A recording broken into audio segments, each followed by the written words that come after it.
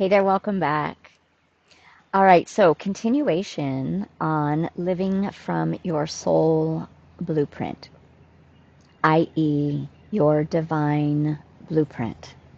I get very excited about this topic. Um, and I have a class that I did on this, and I might be doing another one, but I might just make that other class that I did a couple years ago available. So many things have changed that that we might have more to add, so I'll keep you posted on that. And that's a great point, I think, to dive in here with. When we're living from our blueprint, right? When we're living from our divine signature. So let's back up a little bit.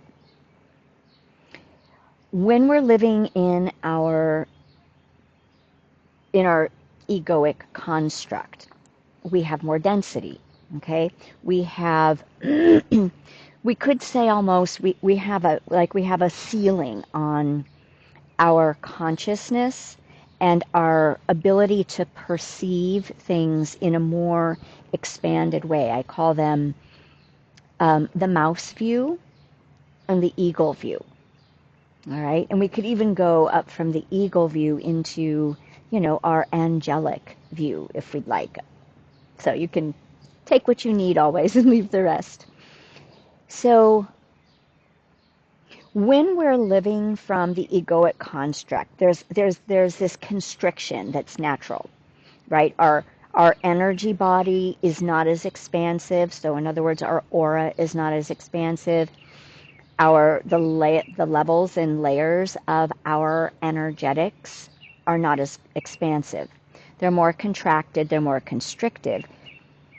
There is not as much light. So science has shown us that our cells are light-filled. They're called biophotons, right? We have light in our body.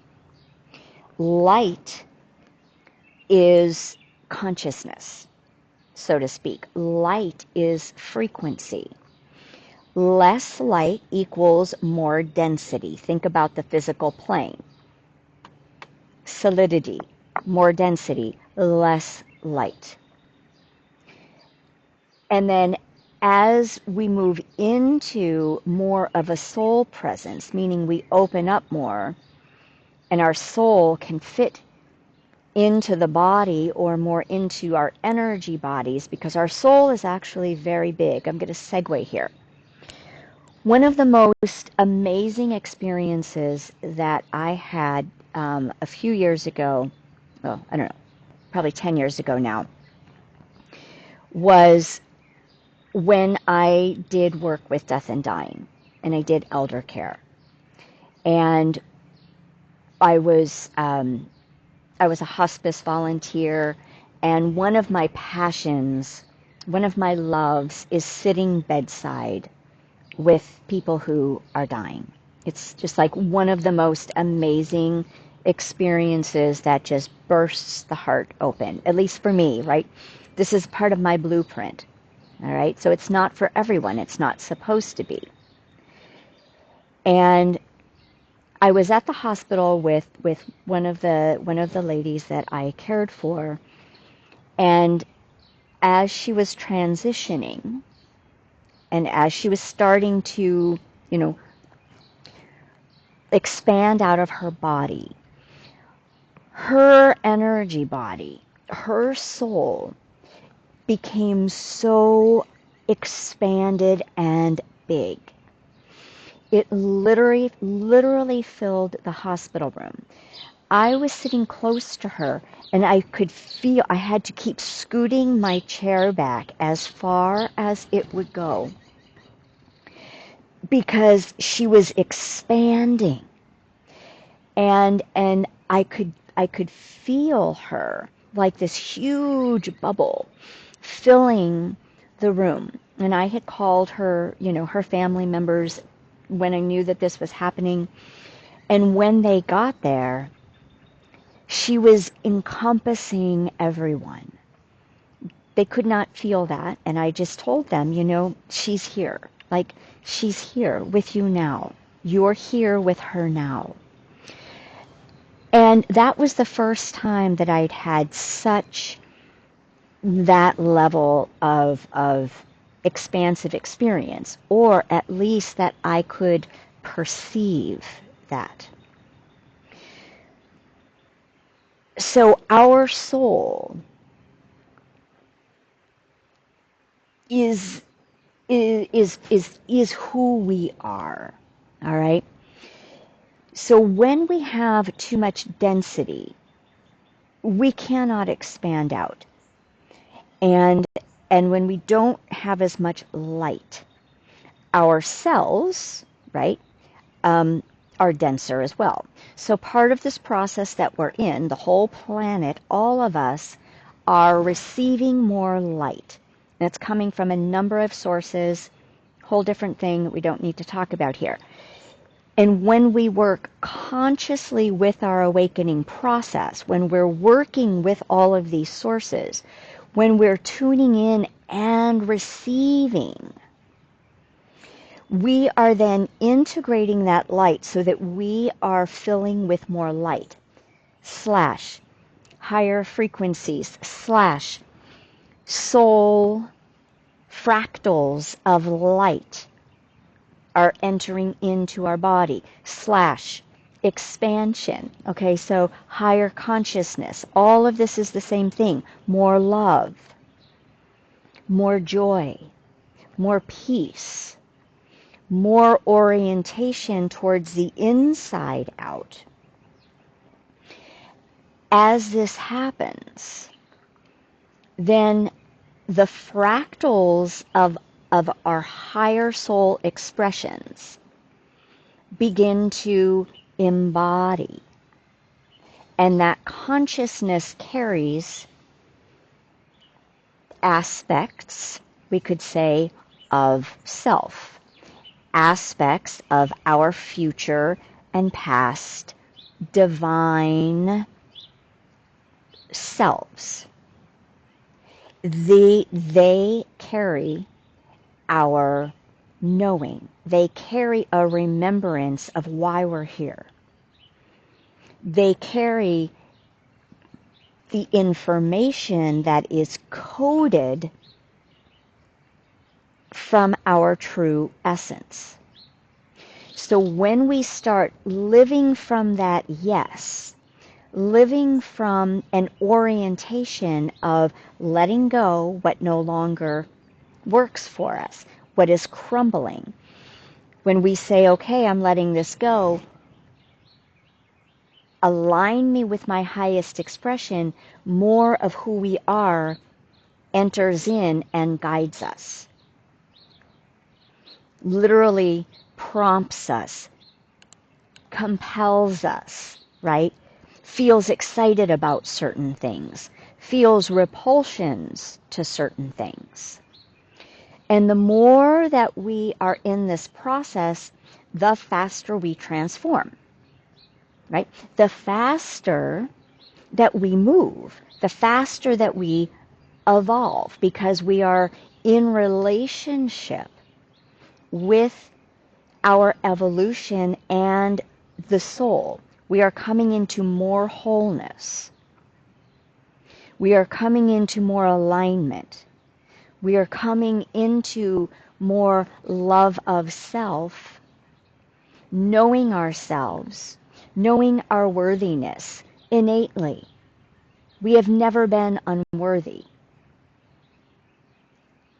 But when we live from the outside, the world, the external world, dictates what worthiness is, just like success, right? Just like abundance and many other things.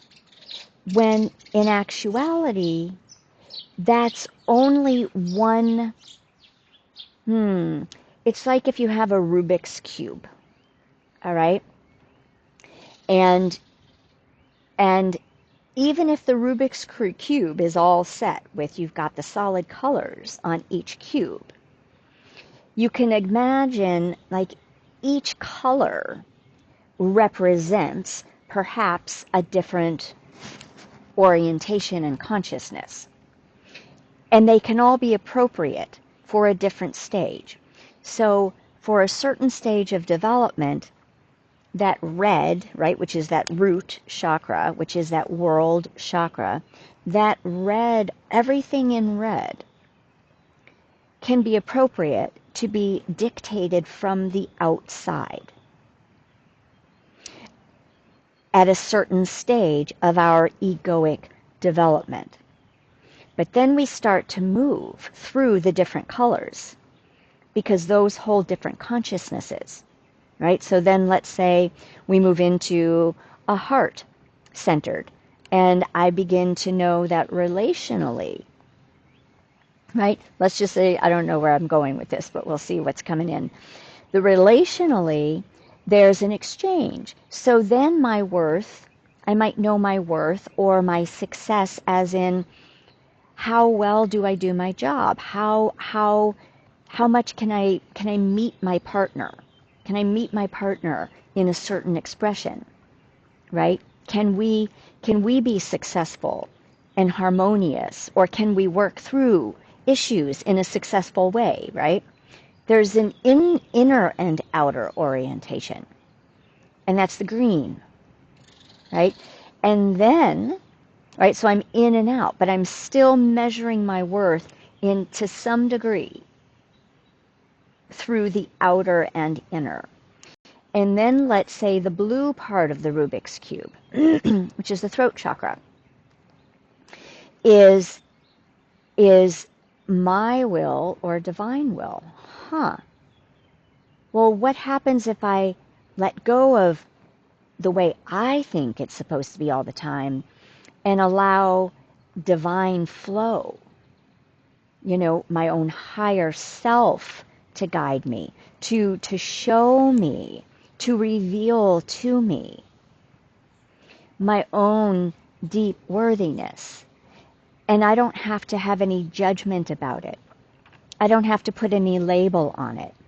I can begin to just see that because I am connected to the divine, I must have worth.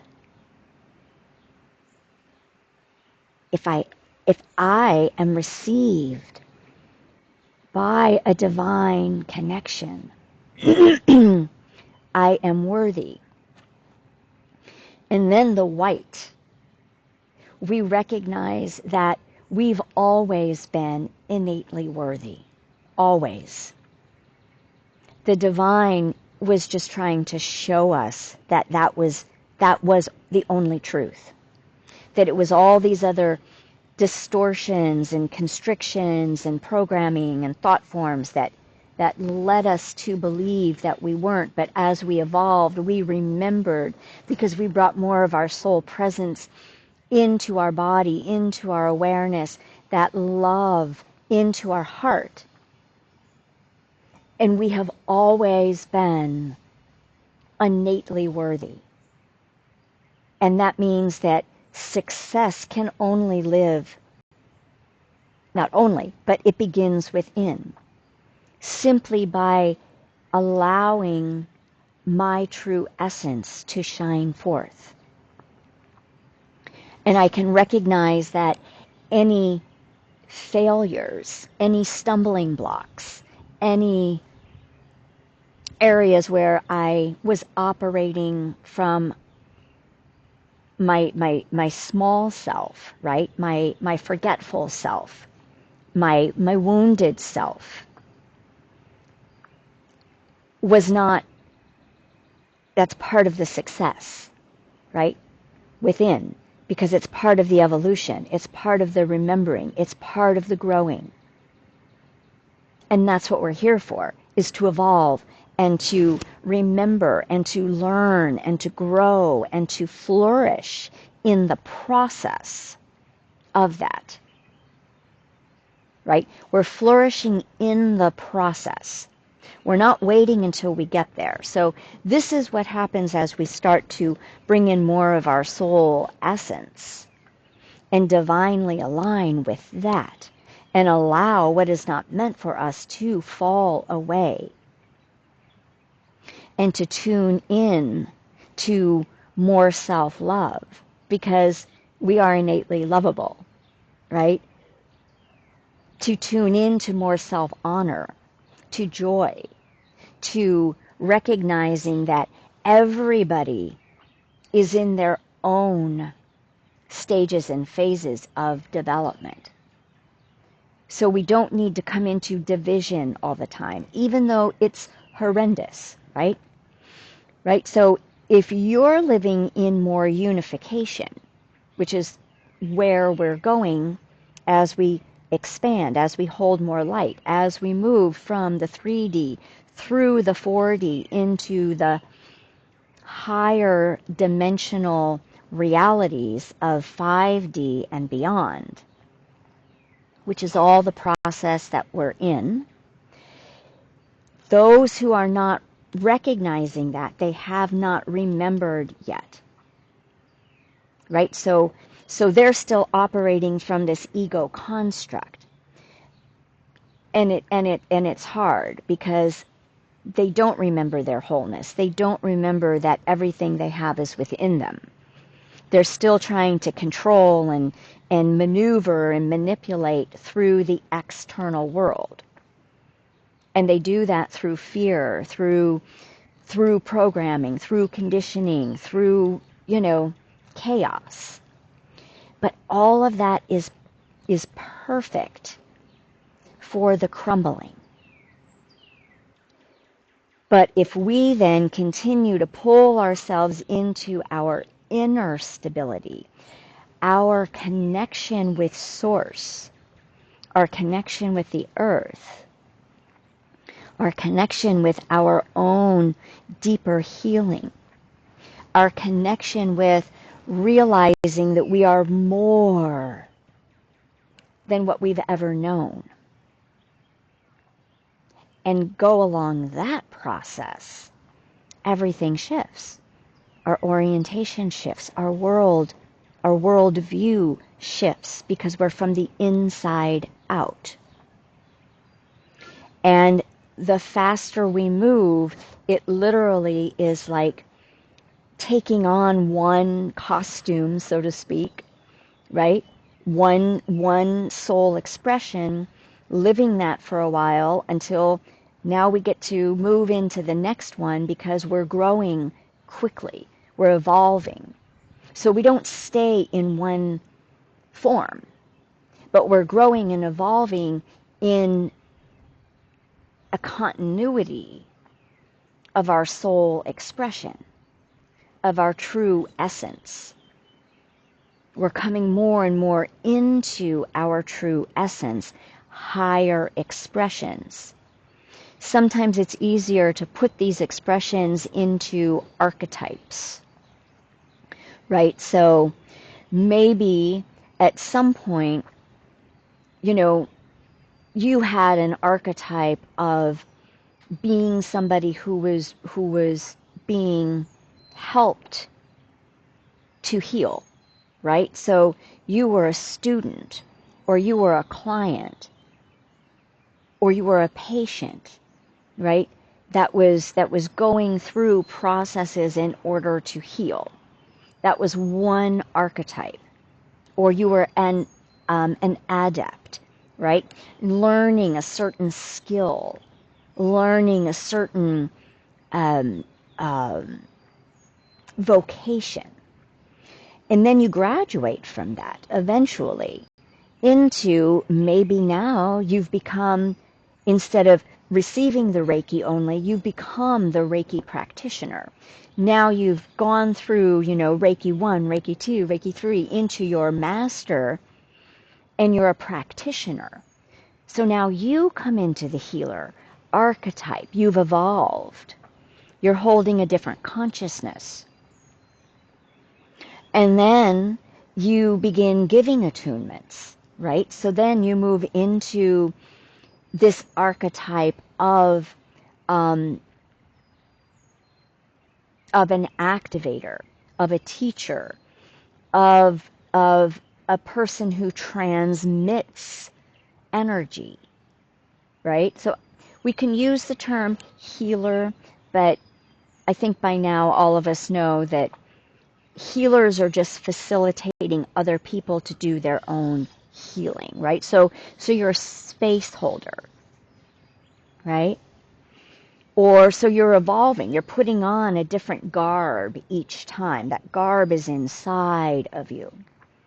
Or for instance, you know, I went through the phases of being terrified of death and dying, right? Great fear of death and dying.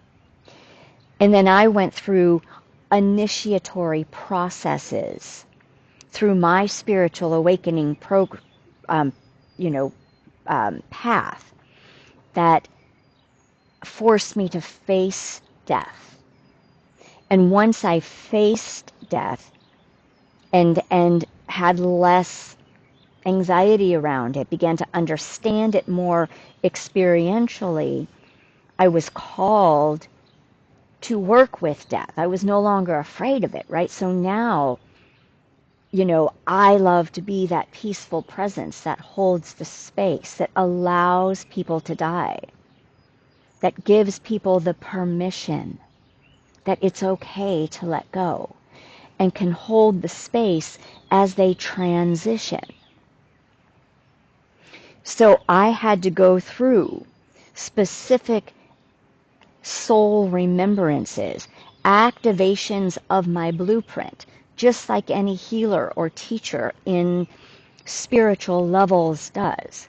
But we can only do that by saying yes.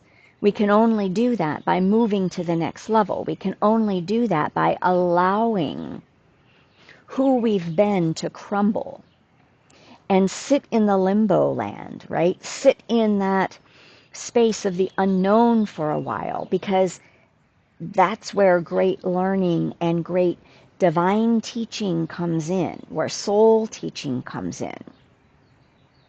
So we do this when we move on from relationships. You know, ideally, if we're doing this conscious or sacred partnerships, right? We recognize that this has been a sacred orientation. This has been a sacred communion with this person. And now our blueprints need to activate into something else. And if we choose to stay in a constricted state, we are not going to be able to evolve into our own greatest fulfillment, our own greater love. We can't expand into what that might be when we come into union with somebody else, what those lessons are going to be, what those teachings are going to be, what those expansive moments are going to be. So we have to be in, my eye, we have to be in a flow of the greater life that wants to move through us, right? That loves us. And this is all part of our divine blueprint, our soul presencing, activating and evolving and expanding. And all this happens from anchoring inside, following the inner muse, right? Which is our own soul, which is that feminine presence that then allows our spirit to move into that next place, right? We start from within. Oh my gosh, this is ready to birth through me. And it births into the outer world, rather than waiting for the outer world to dictate what is meant to be on the inside. We will always stay limited and constricted from that, particularly now. So, is there anything else that needs to be said on that? I think that's it, right? So, okay, there's always more, isn't there? There's always more. But I'm going to leave it there.